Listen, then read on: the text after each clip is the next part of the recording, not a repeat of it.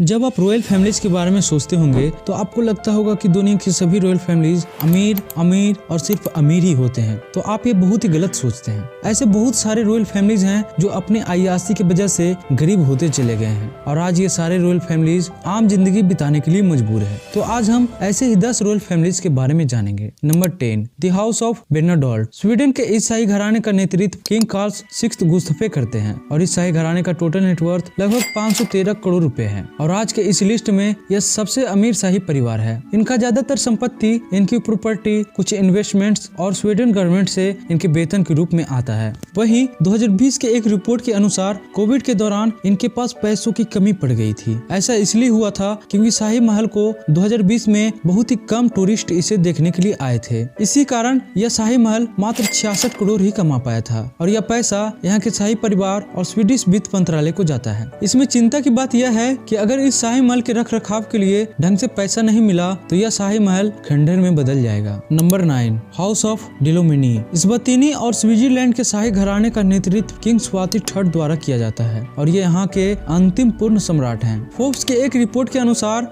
Africa के इन दोनों राज्य पर इनका पूरा कंट्रोल है। इसी वजह से इनका टोटल नेटवर्थ 413 करोड़ रुपए है और यह सारा पैसा हर साल अपने खजाने से वेतन के रूप में लेते हैं और खर्च कर देते हैं। साथ ही यह राजा एक इन्वेस्टमेंट कंपनी का भी मालिक है, लेकिन इसे बहुत ही कम लोग जानते हैं। ऐसा इसलिए हो पा रहा है क्योंकि स्विट्जरलैंड के लोग किंग स्वाति पर बहुत ही ज्यादा भरोसा करते हैं, लेकिन इन्हीं के राज में बहुत सारे लोग लोकतंत्र का समर्थन करते हैं और इसी कारण इनके देश में विरोध प्रदर्शन चल रहा है और अब यहाँ के राजतंत्र खत्म होने वाले हैं। Number 8, the house of Glucksburg. Glucksburg राजघराने का नेतृत्व डेनमार्क की रानी मार्गरेट II करती है और इनके पास लगभग 331 करोड़ रुपए की संपत्ति है। डेनिश शाही परिवार का ज्यादातर संपत्ति इनके लैंड होल्डिंग, कंपनियों के शेयर्स और एक प्राइवेट इन्वेस्टमेंट फंड से आता है। साथ ही इन्हें डेनमार्क की गवर्नमेंट द्वारा हर साल 99 करोड़ रुपए दिया जाता है, जिसमें से कुछ पैसों का यूज क्यों उनकी ऑफिशियल ड्यूटी से रिलेटेड खर्चों को पूरा करने के लिए किया जाता है। यानी कि डेनिश रॉयल फैमिलीज पूरी तरह से सरकारी पैसों पर ही रह रही है। साथ ही डेनमार्क के सभी नागरिकों को अपने इस रॉयल फैमिली को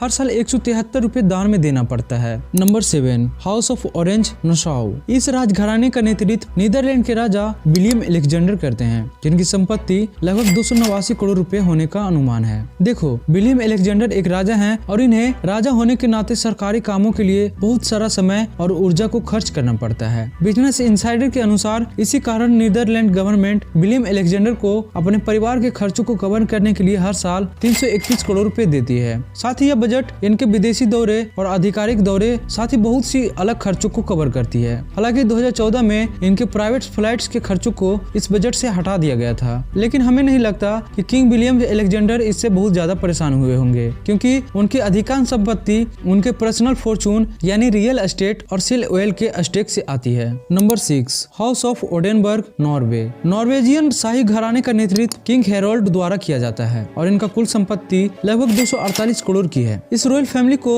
नॉर्वे गवर्नमेंट द्वारा हर साल 402 करोड़ रुपए फंड के रूप में दिया जाता है, जिसमें से 11 करोड़ किंग और क्वीन के पास जाता है और 9 करोड़ क्राउन प्रिंस और प्रिंसेस के पास जाता है। बाकी के बचे पैसे इनके पर्सनल सिक्योरिटी और ऑफिशियल रॉयल हाउस के ऊपर खर्च किया जाता है। लेकिन नॉर्वे के शाही परिवार इतने सिंपल हैं कि ये बड़े बड़े इवेंट में भी आम लोगों की तरह कपड़े पहनकर जाते हैं। नॉर्वे टुडे के अनुसार नॉर्वेजियन रॉयल फैमिलीज किसी भी पब्लिक पैलेस में जाने के लिए पब्लिक ट्रांसपोर्ट का ही यूज करते हैं। साथ ही यह फैमिली आम लोगों की तरह काम करने और रहने के लिए जाने जाते हैं। यहाँ तक कि प्रिंस बीर और प्रिंसेस इंग्रिड प्राइवेट स्कूल की जगह पब्लिक स्कूल में पढ़ते हैं। Number 5, house of Belgium. इस राजघराने का नेतृत्व किंग फिलिप्स करते हैं और ये क्वीन एलिजाबेथ की तीसरे कजन हैं। इनका टोटल नेटवर्थ लगभग 106 करोड़ रुपए है। इस रॉयल फैमिली का संपत्ति मुख्य रूप से किंग के प्राइवेट प्रॉपर्टी पोर्टफोलियो और क्राउन से संबंधित कुछ रियल एस्टेट से आती है। साथ ही इस शाही परिवार को अपने खर्चों को कवर करने के लिए बेल्जियम गवर्नमेंट द्वारा हर साल 120 करोड़ रुपए दिया जाता है, लेकिन इस बजट का सबसे बड़ा हिस्सा लगभग 106 करोड़ रुपए किंग फिलिप्स के ऑफिशियल ड्यूटीज, स्टाफ और इनके रॉयल हाउस के मेंटेनेंस पर खर्च किया जाता है। साथ ही किंग फिलिप्स के बर्क पैलेस और लेकन महल में रहने वाली शाही परिवार की सभी तरह के बिल, कार के खर्चे और ऑफिशियल एक्टिविटीज से संबंधित सभी खर्चे इसी बजट से कवर किया जाता है। वहीं बेल्जियम गवर्नमेंट किंग फिलिप्स के 2 बच्चे को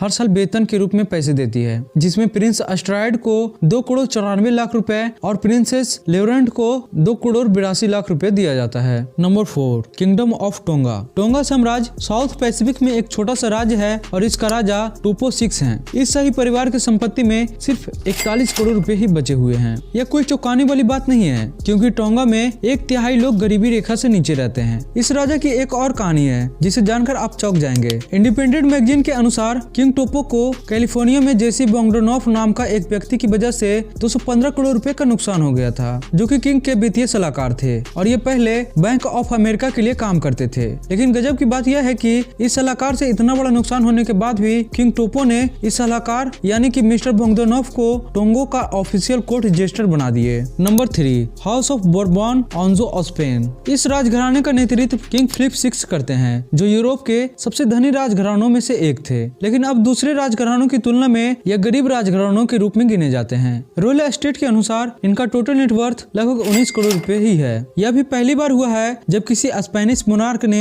यह पता लगाया है कि उनके पास कितना पैसा है। लेकिन गजब की बात यह है कि राजा के पास वास्तव में कोई संपत्ति या जमीन नहीं है। इनके पास जो कुछ भी है वह एक सेविंग अकाउंट में रजिस्टर है। वहीं इस राजा के पास कुछ पुरानी वस्तुएं और गहने हैं, लेकिन इन सब से इनका और इनके रॉयल फैमिली का गुजारा नहीं चल सकता। इसीलिए स्पेनिश गवर्नमेंट किंग फिलिप्स और उनके रॉयल फैमिली को हर साल 72 करोड़ रुपए सहायता प्रदान करती है और किंग फिलिप्स इसी बजट से अपने स्टाफ और सभी शाही खर्चों को कवर करते हैं। Number 2, Asante royal family. इस शाही घराने का नेतृत्व किंग ओटोफुओ ओशिटोटो करते हैं और ये 1999 से सोने से समृद्ध असांटे किंगडम के राजा हैं। फोर्ब्स के अनुसार इस राजा का कुल संपत्ति लगभग 99 करोड़ रुपए है, जिसमें राजा के पास दक्षिण अफ्रीका के एक छोटे से देश घाना में रियल एस्टेट के साथ साथ बहुत ही कीमती सोने का मुकुट और गहनों का भंडार है। इसके अलावा यह राजा ट्रांसपोमेच घाना नाम की एक सेल्स कंपनी का भी मालिक है, जिसकी कीमत लगभग 100 करोड़ रुपए है। नंबर 1, टे भेरो भेरो रॉयल हाउस। इस शाही परिवार का नेतृत्व किंग मोरो तुहेतिये करते हैं, जो कि हमारे लिस्ट में सबसे गरीब राजघराना है। इस राजा के पास कितना संपत्ति है यह कोई नहीं जानता,